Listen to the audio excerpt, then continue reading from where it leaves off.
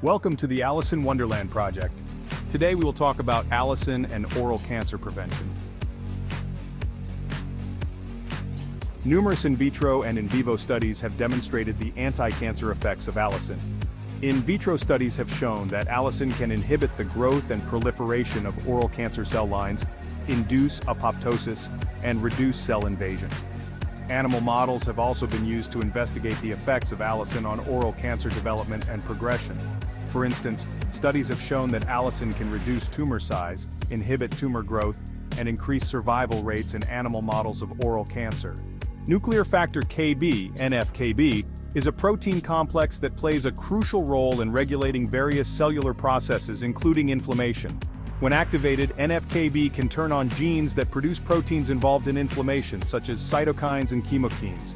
Chronic inflammation has been linked to the development of various diseases, including cancer. In the case of oral cancer, chronic inflammation can create a favorable environment for cancer cells to grow and develop. Allicin is believed to help prevent the development of oral cancer by inhibiting the activation of NF-κB. This means that allicin can reduce the amount of inflammatory proteins produced, thereby reducing the overall level of inflammation in the mouth. By reducing inflammation, allicin may help to create a less favorable environment for cancer cells to grow and develop, potentially lowering the risk of oral cancer.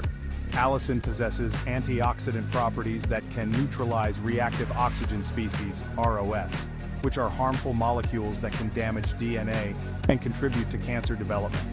Allicin has been shown to inhibit the growth and proliferation of cancer cells. This can be achieved through various mechanisms such as blocking cell cycle progression, downregulating oncogenes, and upregulating tumor suppressor genes. Allicin can potentially induce programmed cell death, apoptosis, in both precancerous and cancerous cells.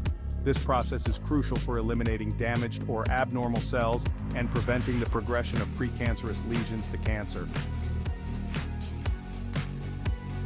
Allicin has shown promise in preventing or treating oral precancerous lesions. These lesions are abnormal growths that can potentially develop into oral cancer if left untreated.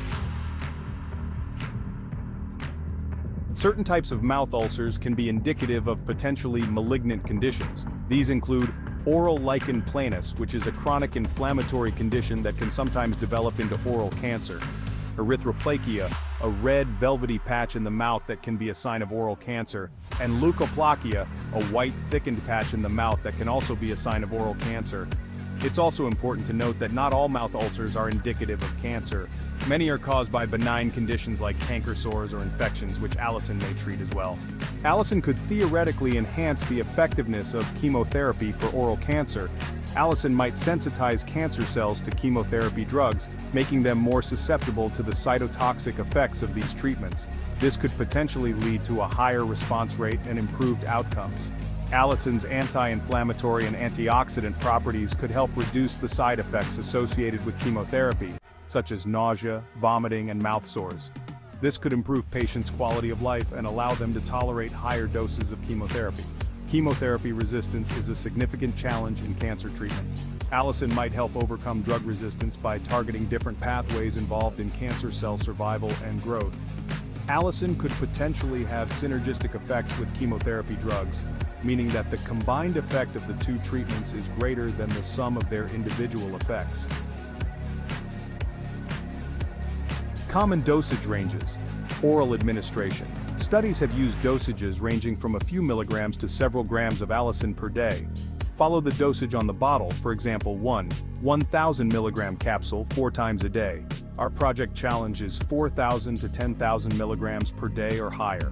Higher allicin dosages could lead to better outcomes in oral cancer treatment. Here are some key considerations. Responses to allicin can vary significantly between individuals. A dosage that is effective for one person may not be as beneficial for another. Higher dosages may increase the risk of side effects, such as gastrointestinal distress or allergic reactions. While preclinical studies have shown promising results, more research is needed to determine the optimal dosage for oral cancer treatment and to assess the long-term safety and efficacy of high-dose allicin. Allicin may be more effective when used in combination with conventional treatments such as surgery, chemotherapy, or radiation therapy. Allicin's mechanisms of action include anti-inflammatory, antioxidant, anti-proliferative, and pro-apoptotic effects. While more research is needed, the available evidence suggests that allicin may have the potential as a preventive or therapeutic agent for oral cancer. The optimal dosage can vary depending on individual factors, and professional guidance is essential to ensure safe and effective use.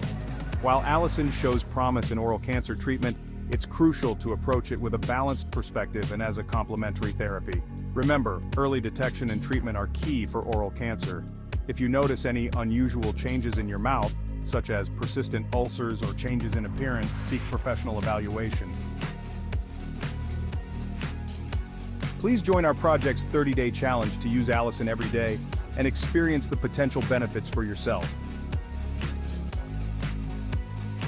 Please like, share, subscribe, and comment below. We want to hear from you.